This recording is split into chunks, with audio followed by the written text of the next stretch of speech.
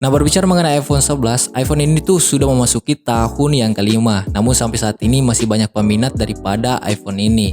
Dan tentu sangat menarik ya terhadap smartphone yang satu ini karena sampai saat ini iPhone 11 ini masih ada produksi barunya. Karena jarang-jarang sih gue lihat sebuah smartphone yang umurnya panjang banget kayak gini untuk yang versi barunya.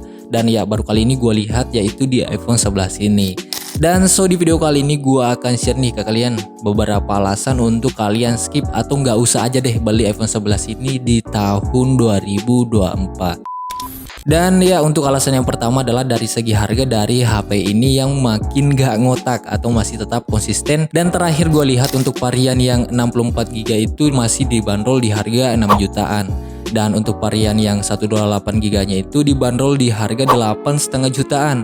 Di luar nalar sih HP yang sudah berumur 5 tahun tapi harganya itu nggak turun-turun cuy. Jadi gue saranin aja nih buat kalian yang mau nge-keep iPhone ini perlu mikir-mikir dulu deh. Apa nggak salah? Karena jika kalian nabung uang kalian semisal 2 jutaan lagi, kalian bisa nih dapetin iPhone yang lebih di atasnya seperti iPhone 12 bahkan iPhone 13 yang mana chipset yang lebih tinggi dan sudah support 5G pula. Dibandingkan dengan iPhone 11 ini yang mana sudah sangat berumur karena performa smartphone-nya itu bisa aja menurun seiring bertambahnya usia cuy. Nah untuk alasan yang kedua adalah dari segi update iOS-nya. Kayaknya untuk tahun ini adalah tahun terakhir ya untuk iPhone 11 ini bakal kebagian update iOS 18. Mungkin kalau misalkan Apple lagi baik banget ya kita bisa nih dapetin juga iOS 19. Tapi kayaknya nggak bakal deh, jadi kita tunggu aja.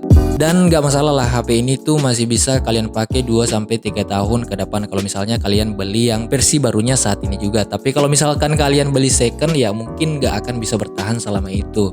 Karena kita nggak tahu ya kalau misalkan kita beli HP second itu ada part yang mungkin udah diganti atau enggak terus pemakaian sebelumnya seperti apa itu kita nggak tahu. Jadinya ya patokan gua kali ini ya kalian beli unit yang barunya aja.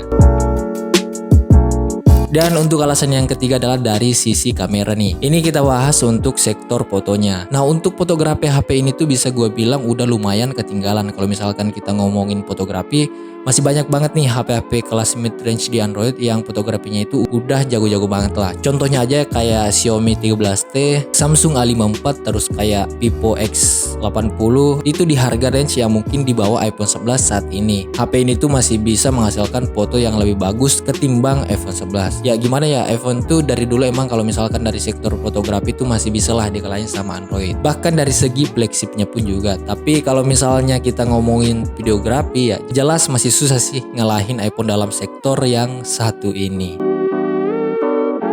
Dan untuk alasan yang keempat atau yang terakhir di sini adalah jelas dari segi desain dari iPhone ini. Jadi sebenarnya untuk desain iPhone sekelas iPhone 11 ini tuh udah lumayan ketinggalan zaman ya ketimbang iPhone yang seri lebih barunya terutama kayak iPhone 12, 13, 14 atau mungkin 15. Desainnya tuh sebenarnya masih nge-curve kayak gini. Ini tuh lumayan tipikal desain yang lama dan ini tuh nggak ada bedanya gitu, hampir nggak ada bedanya sama iPhone XR. Cuma nambah kamera satu aja sih sebenarnya. Tapi kelebihan dari iPhone ini adalah kalau misalkan kita pegang di tangan kayak gini, itu feel-nya tuh masih nyaman di tangan dan enak gitu, nggak sakit kayak seri-seri iPhone base model saat ini. Cuman ya kurangnya aja sebenarnya untuk iPhone 11 ini bobotnya lumayan cukup berat ketimbang kalau misalnya kalian beli iPhone 12, 13, 14 atau bahkan 15. Itu malah lebih enteng lagi jadinya.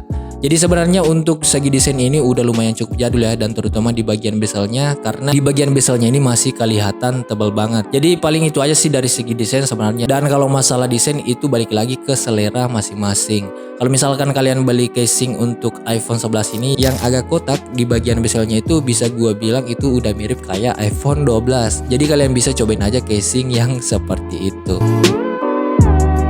Dan oke, paling itu aja cuy untuk alasan kenapa jangan beli iPhone 11 ini di tahun 2024 sekarang. Semoga video ini bisa menjadi bahan pertimbangan buat kalian buat beli iPhone 11 ini. Intinya sesuaikan kebutuhan kalian dan jangan paksain kalau emang belum cukup. Always kreatif.